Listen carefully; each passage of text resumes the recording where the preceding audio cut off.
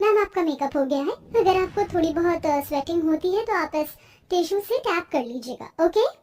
इतना कहकर makeup artist चली जाती है। बाप रे बाप, कितनी गर्मी हो रही है। कहीं गर्मी से पसीना आने की वजह से मेरा मेकअप ना खराब हो जाए। योगिता पास में ही रखे टेबल फैन को ऑन करती है और उसके हवा के सामने बैठ जाती है कि तभी वहाँ उसकी दोनों छोटी बहनें रूही और परी आती हैं। दीदी ये आप क्या कर रही हैं? अरे हवा खा रही हूँ ताकि पसीने से मेरा मेकअप ना खराब हो। दीदी अगर आपको गर्मी लग रही थी तो आप एसी चालू कर लेती। इस टेबल फैन के सामने बैठने की क्या जरूरत थी? देखिए टेबल फैन की हवा की वजह से आपका मेकअप और हेयर स्टाइल खराब हो गया है। नीचे बारात आ चुकी है, अब हम क्या करें? परी और रूही मिलकर योगिता का मेकअप और बाल सेट करते हैं। इसके बाद वो योगिता को नीचे मंडप में ले जाते हैं। थोड़ी देर में सारे रीति रिवाज से योगिता की शादी होती है और योगिता विदा होकर अपने ससुराल आ जाती है, जहाँ उसकी नंद और सास उसका बड़े प्यार से गृह प्रवेश करते हैं और उसे उसके कमरे में छोड़ देते हैं। अरे मोरी मैया, कितनी ज्यादा गर्मी हो रही है। इतनी गर्मी में तो मेरा आमलेट ही बन जाएगा। अब मैं क्या करूं? गर्मी से परेशान हो रही योगिता गर्मी से बचने के लिए फ्रिज से ढेर सारा ठंडा पानी और बर्फ लाती है और अपने पूरे बेड को ठंडे पानी से गीला करके उसके ऊपर बर्फ के टुकड़े डालकर आराम से लेट जाती है कि तभी सुमित वहां आ जाता है। सुहाग रात के दिन तो दूल्हा दुल्हन के बेड पर गुलाब के फूल होते हैं और मेरे बेड पर ये बर्फ के टुकड़े। अरे आप आ गए, मैं आपका ही इंतजार कर रही थी। आइए, आज रात आपको भी चैन की नींद आएगी। मैंने पूरा गद्दा ठंडे पानी से गीला कर दिया है और साथ में ये बर्फ के टुकड़े भी डाल दिए हैं। अब हमें बिल्कुल भी गर्मी नहीं लगेगी। क्या? अगर तुमको गर्मी लग रही थी तो तुम एसी चला लेती। भला पूरे गद्दे को गीला करने की क्या जरूरत थी? अरे मुझे एसी वैसी पसंद नहीं है, इसलिए मैंने अपनी देसी तरकीब लगा ली। इतना कहकर योगिता सोने चली जाती है और बेचारे सुमित को न चाहते हुए भी पूरी रात उस गीले बिस्तर पर बितानी पड़ती है। सुबह होते ही योगिता उठकर तैयार होती है और भगवान की पूजा पाठ करके अपनी पहली रसोई का खाना बनाने में लग जाती है।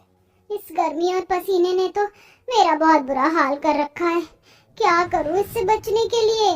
बार बार लग रही गर्मी और पसीने से परेशान होकर योगिता फ्रिज खोलती है और फ्रिज के साइड में जमी हुई बर्फ को लेकर अपने पूरे मुंह पर लगा लेती है और अपनी रसोई का खाना लेकर हॉल में जाती है। ये क्या है भाभी? ये सफेद भूत बनकर क्यों घूम रही हो? अरे मैंने तो अपने चेहरे पर ये ठंडी ठंडी बर्फ लगाई है जिससे मुझे गर्मी ना लगे।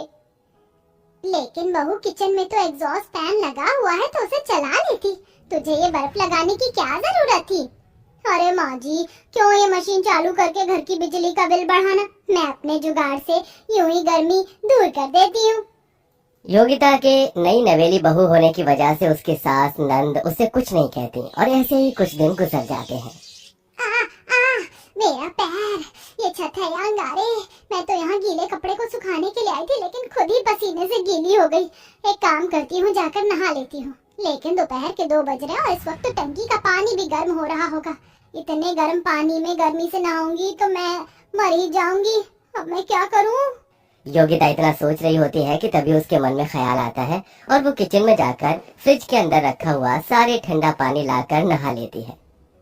अरे अंतरा बेटा, ये फ्रिज में से ये सारा ठंडा पानी कहाँ चला गया?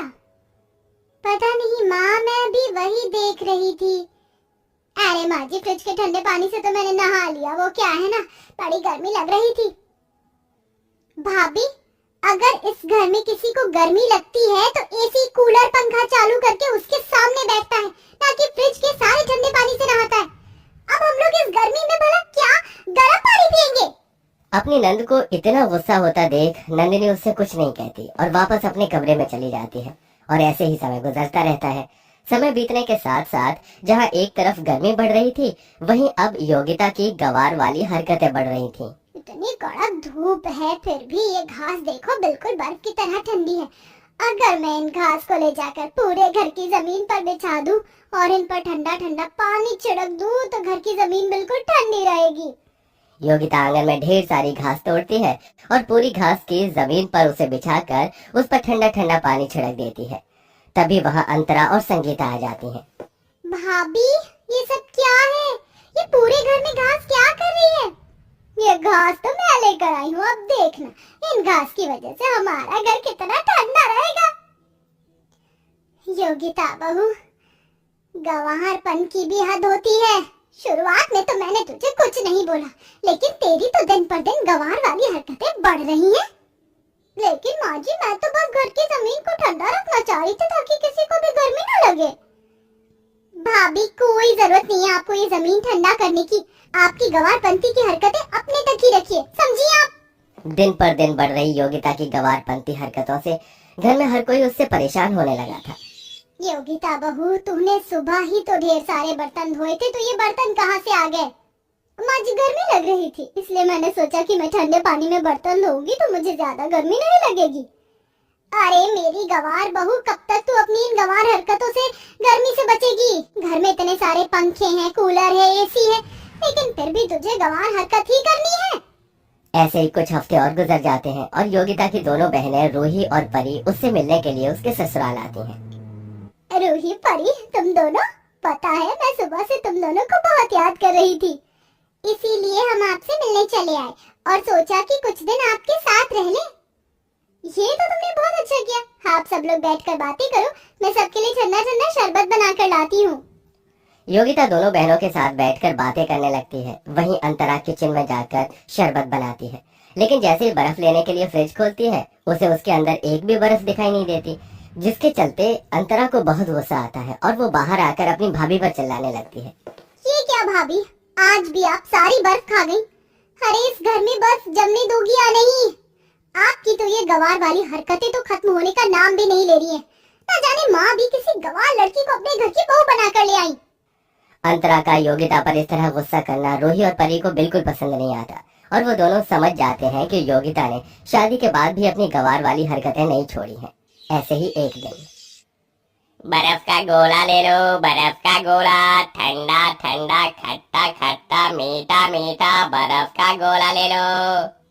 अरे वाह, बर्फ का गोला! इस भयंकर गर्मी में बर्फ को गोला खाकर तो मजा ही आ जाएगा। योगिता गर्मी से बचने के लिए ढेर सारे बर्फ के गोले खा जाती है। एक साथ हद से ज्यादा बर्फ के गोले खाने की वजह से अचानक योगिता के सीने पर ठंडी पड़ जाती है और वो बेहोश हो जाती है। सभी लोग जल्दी से उसे हॉस्पिटल लेकर जाते हैं और कुछ घंटे बाद योगिता को होश आता है। देख लिया तूने अपनी गंवारपंती वाली हरकतों का नतीजा। तेरे चलते आज पूरे मोहल्ले में हमारी बेइज्जती हो गई।